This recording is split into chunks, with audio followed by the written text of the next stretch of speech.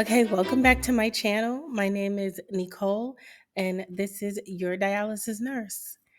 So, today, what we're going to talk about first, please excuse my raspy voice. I am bouncing back from a cold.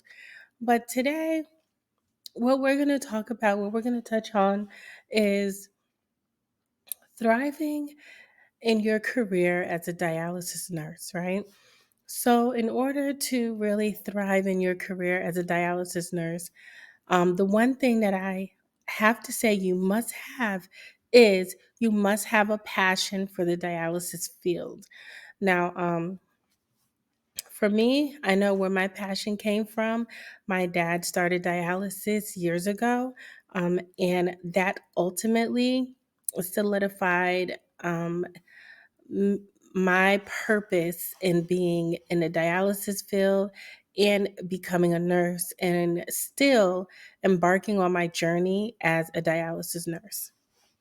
Okay, so you must have a passion for it. That's the number one thing that I must say that you need in order to thrive in the field of dialysis, because the dialysis field can be very cutthroat. Okay, and I've seen a lot of nurses come in and go because they think it's easy. They think it's just, doing the same thing over and over again. But one of the main things in dialysis, when you are on that floor as a dialysis nurse, you have to lead. And if you're not in a position in in life to want to be a leader, then becoming a dialysis nurse may not um, be the opportunity for you at that moment.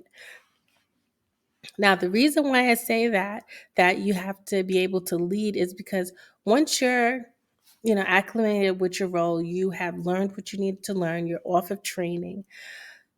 9 out of 10, you will be the nurse on the floor. There will not be no manager in, or the manager may come in at 9 and leave at 5. I've seen my last manager barely was there. She came in at 10 and she would leave at 2. Not to knock her, but that was her style of managing the facility. Now, the majority of the time I was there, and the secretary was there, and the technicians were there. So we all had to team up and we had to make sure that the clinic ran as smoothly as possible. And there would be some bumps in the roads where we would have to call the manager, like, the AC not working. It was like a constant thing. And so they would need, the manager's signature and stuff for that. But you will be put in a leadership role. So you have to be able to lead your team. Now, part of being able to lead your team is also you knowing the role. So don't get off training unless you are absolutely sure that you have what you need in order to support your team, right? Um, like, for instance, I know when I was a technician, a PCT, right? When I first started off in the dialysis field, my preceptor asked me, Nicole, do you feel like you're ready to come off training? And I was honest. I said no. Um, I had it, but I wanted to give myself another week. I think it was another week and a half I gave myself to make sure that when I ran my pod, I was confident and I was able to provide safe dialysis to the patients, right? When I became a nurse, um, so my training as a PCT, I ultimately was on training in about 4 months, right? So let's fast forward to when I became a nurse. When I became a nurse, I immediately jumped into a dialysis role. I did not stay with the current company that I was with, which at that moment was DaVita, because another company was willing to pay me more. And I felt like I deserved that because I bring a lot to the table already, knowing how to be a certified clinical hemodialysis technician. The only part that I need to learn because I went through nursing school, so I got the nursing part. The only thing I really needed to learn was policy and procedure. And that's how I explained it in the 2 interviews that I did have. But my training as a nurse was way shorter than when I was a PCT because I already knew what the dialysis field consisted of, right? So my training was probably 2.5 weeks compared to years ago when I had needed 4 months training because I knew how to work the machine and all that stuff. I know how to lead a team. Um, and I definitely know what's needed in order for the dialysis unit to run and for us to give safe dialysis to the patients. So, um, one, you have to have a passion. Two, you have to be willing to lead. And three, you have to make sure that you continue to learn. Continuing your education is key. There's always something to learn. There's nobody in this world that can say to me, in the dialysis field, oh, I know everything. Those people are the scariest people to work with. Trust me. And if you have no idea what I'm talking about, one day you will, because you will run across somebody, a nurse, a technician that knows everything, does not want to be taught anything.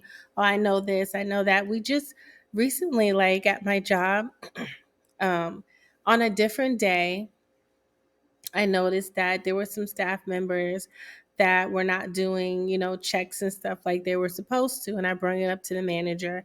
And then I had to bring it up another level because it was dangerous to the patients. And not only did I notice it, the patients noticed it. And they're like, how do we get on your shift, Nicole? How do we get on your shift? Because what we're seeing is not what we saw when we went to your shift. This is completely different. It makes me nervous, so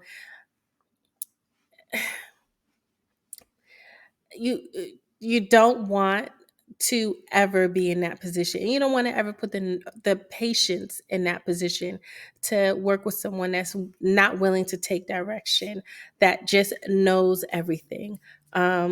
Because no matter what, no matter how much you know in this nursing field, you have to be able to take direction.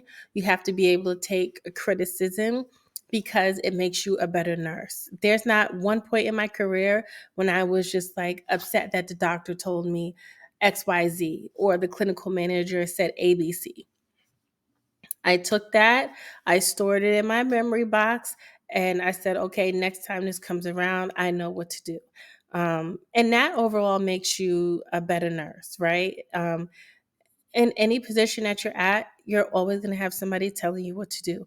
So if you're not in the headspace, if you're not um, willing to take those directions from someone, then you're not going to thrive in a dialysis field. And the dialysis field is probably not the field for you because you will be left unattended to make sure the technicians do their job. Biomed does their job. Social, you're going to assist a social worker. You're going to assist a dietitian. If you have no social worker, no dietitian, you will be the social worker. You will be the dietitian.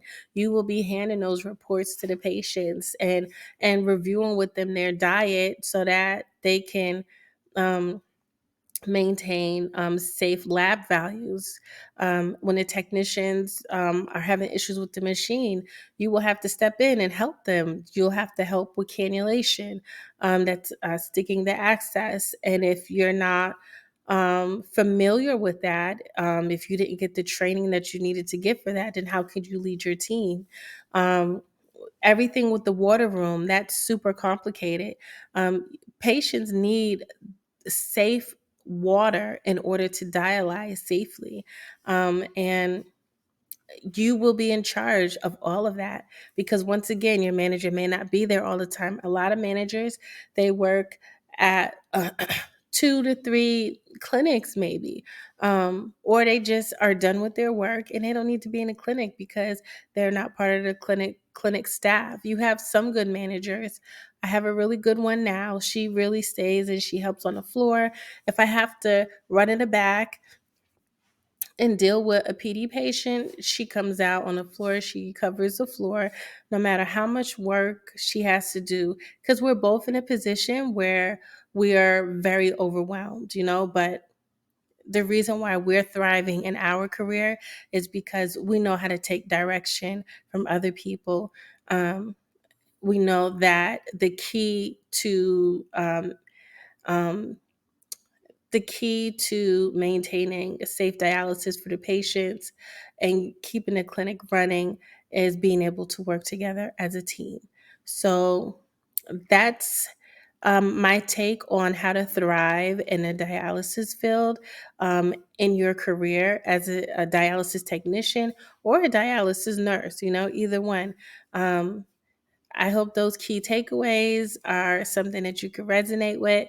And thank you for tuning in to Your Dialysis Nurse.